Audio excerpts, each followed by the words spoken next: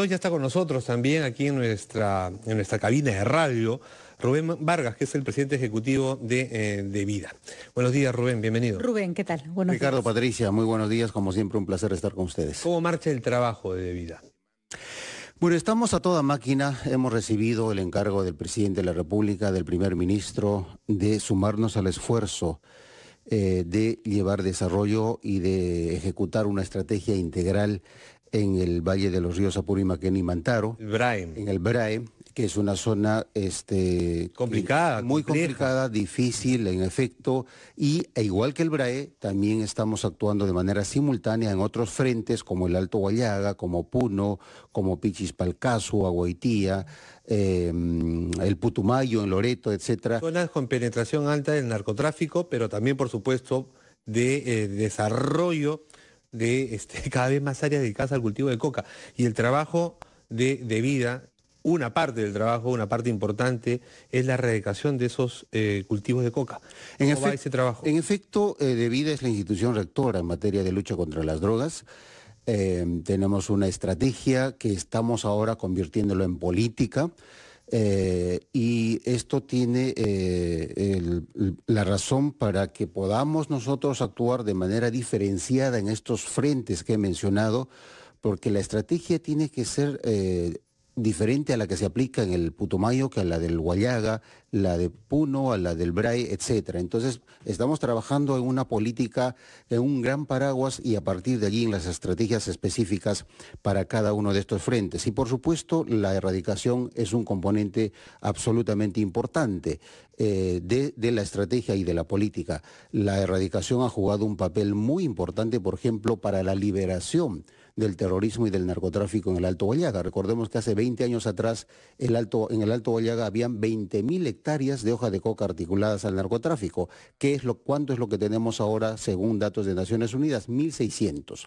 Y después de 20.000 a 1.600. Lo que ocurre, Rubén, es que a veces, y está bien que se haga, se vocaliza la tarea en un punto específico, como con los ambulantes, por ejemplo, aquí en Lima, ¿no? Se radica de acá, se le saca de un lado, pero se van a otro lugar. ¿Está ocurriendo eso con las áreas dedicadas al cultivo de coca en el Perú? Sí es cierto, hay algo de eso, pero digamos, el efecto globo interno, así es como se conoce a lo que tú has señalado, eso es lo que ocurría cuando se aplicaban de manera aislada las políticas en estos frentes. Ahora, precisamente para que eso no ocurra, no siga ocurriendo, es que estamos actuando de manera simultánea en los frentes que he mencionado. Ahora mismo estamos presentes en Pichispalcazu, en Agüeytía, en el BRAE, en Puno, estamos en Loreto. Entonces creo que eso va a evitar que este efecto globo siga registrándose. Pero ojo, lo que hay que señalar también con absoluta claridad es que el fenómeno, la naturaleza del tráfico de drogas es como consecuencia de la demanda externa. Entonces nosotros soportamos la presión del consumo internacional y estamos enfrentándolo de la manera más integral posible, como lo estamos haciendo ahora en el BRAE. ¿Se puede decir entonces que, a pesar de las críticas, la práctica de la erradicación da resultados? Porque uno siente que por un lado jalan una planta y por otro lado sale un buque con una tonelada de coca por el Callao. Y uno dice, a veces cortamos la pita por el lado más débil. Es verdad que la plantación de coca es donde empieza la cadena, pero es verdad que ese hombre que está en el campo es la parte más vulnerable de toda esta cadena de mafias, de corrupciones, ¿no? A ver, la respuesta del Estado frente al narcotráfico no debe reducirse a la erradicación, completamente de acuerdo, y eso es lo que pasaba en la década de los 80 y de los 90 y hemos aprendido de esos errores.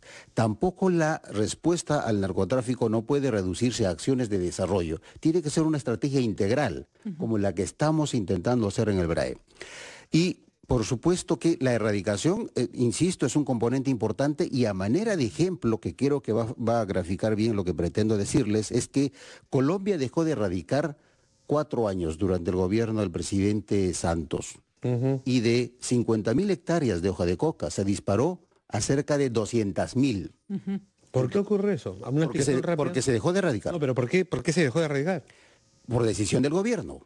por decisión del gobierno. No se considera un mecanismo efectivo, digamos, ¿no? Digamos, había un proceso interno de negociación con las FARC, y una serie de cosas. Lo concreto es que para el caso de nuestro se dejó de erradicar y eso hizo de que se disparara, subiera exponencialmente los cultivos de coca en ese país. Entonces, la erradicación es un componente muy importante que evita que la hoja de coca termine convertido en cocaína. El enfoque que se le daba antes era la reducción del espacio cocalero. Digamos, era una conceptualización de este trabajo un poquito mal entendida, porque nuevamente repito, el problema del narcotráfico es como consecuencia de la presión externa y esta presión externa siempre la vamos a soportar. Entonces, la importancia de la erradicación radica en que se evita de que la hoja de coca termine convertida en cocaína. Yo quiero aprovechar, si ustedes me permiten, para hacer algunos comentarios y aclarar algunos temas de lo que está pasando en el BRAE.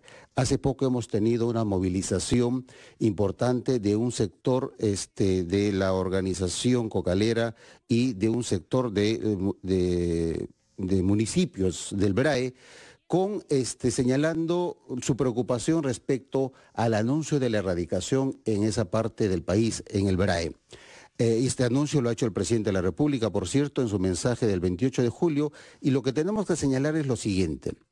La erradicación de la hoja de coca se va a concentrar en los distritos de San Martín de Pangoa, Mazamari y Río Tambo, a pedido de las comunidades nativas ashánicas que han denunciado la penetración del narcotráfico en sus territorios. Sí.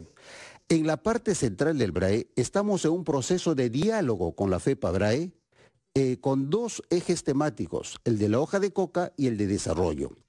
Entonces, mientras dure ese proceso de diálogo, la intervención de la erradicación va a ser en estos distritos del norte del BRAE que les he comentado, San Martín de Pangoa, Mazamari y Río Tambo.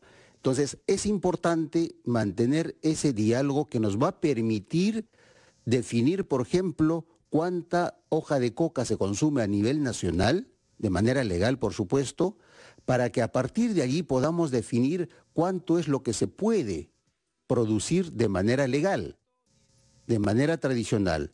Entonces, además nos han pedido los agricultores, la FEPA-BRAE, de hacer un censo agropecuario en el BRAE para saber cuál es la aptitud agrícola que tienen, qué es lo que está sembrando el campesino en el BRAE y qué es lo que puede sembrar.